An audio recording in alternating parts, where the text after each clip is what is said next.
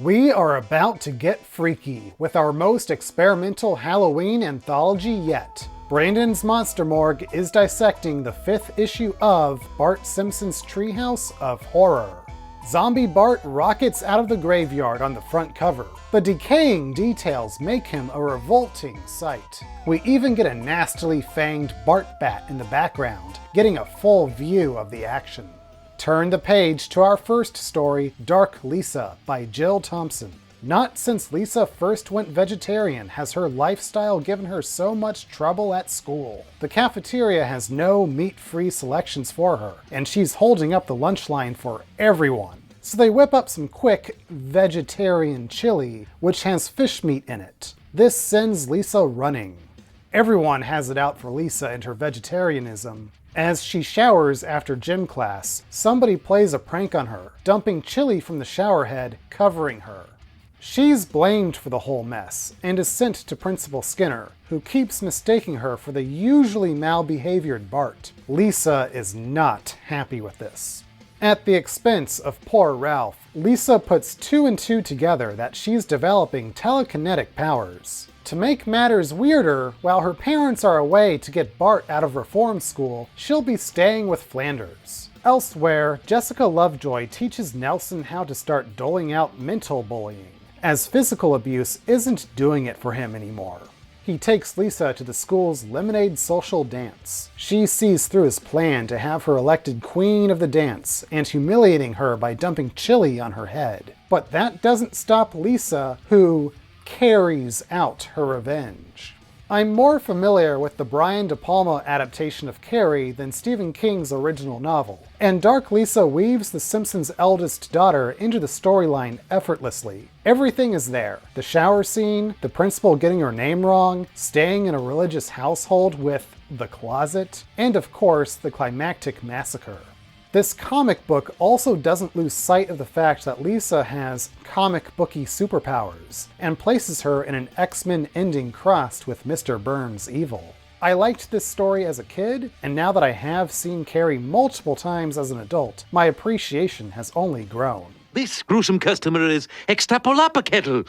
I am not even going to try to pronounce the title of our next story, written by Sergio Aragones. As Bart and Lisa prepare their Halloween costumes, Marge answers the door to a huge gathering of people, offering food, flowers, and other decorations to the Olmec head in the Simpsons basement, the one Mr. Burns gifted to the family in Season 2. The Olmec head never looked so festive. Marge takes the kids trick-or-treating and leaves Homer at home to hand out candy. He notices the candy is carrying an unusual odor. Meanwhile, as Marge and the kids are out, they start seeing the dead rise, scaring everyone they cross paths with. The town is overrun with zombies. This is happening because Homer ate all the Olmec head's food. It's up to the kids and Apu to make things right, at least for a little while.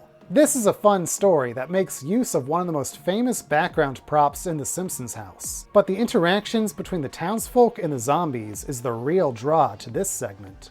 Blast off to our final story, Apu on Rigel 7 by Doug 10 Naple. There has been a shipping error. Mr. Burns received Apu's Quickie Mart brand hot dog warmer, and Apu got Mr. Burns' particle teleporter from Russia. Through an act of Homerific clumsiness, Apu finds himself on the home planet of Kang and Kodos, Rigel 7.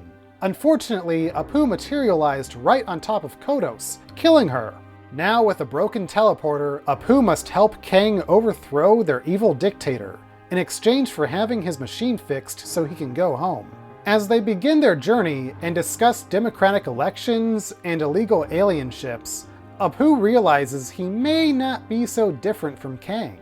They find the evil dictator, Burnzak, and Apu defeats him with the most deadly weapon imaginable, a rock-hard Quickie Mart donut. As promised, Kang sends Apu home, but Apu's misadventures are far from over. Rigel 7 is a very straightforward experience for Apu. It's rare that we get to see the Treehouse of Horror aliens on their home turf, and this comic makes the planet feel dark and mysterious. There's also something unsettling about seeing the Mr. Burns hairdo on one of the green tentacled beings. The back cover scares up one last fright for us, with a parody poster, The Beer Witch Project, a spoof of 1999's The Blair Witch Project. This issue puts the Simpsons mythology to great use, bringing back a lot of one-off characters and props like Bart's old girlfriend Jessica and the Olmec head. The shifts in art style for the last two stories make the characters and concepts come to life in ways we haven't seen before. I don't think Homer eating a raw hot dog would look as disgusting if done in the regular Simpsons design. This month was only a taste. Our next trip to the treehouse gets weird.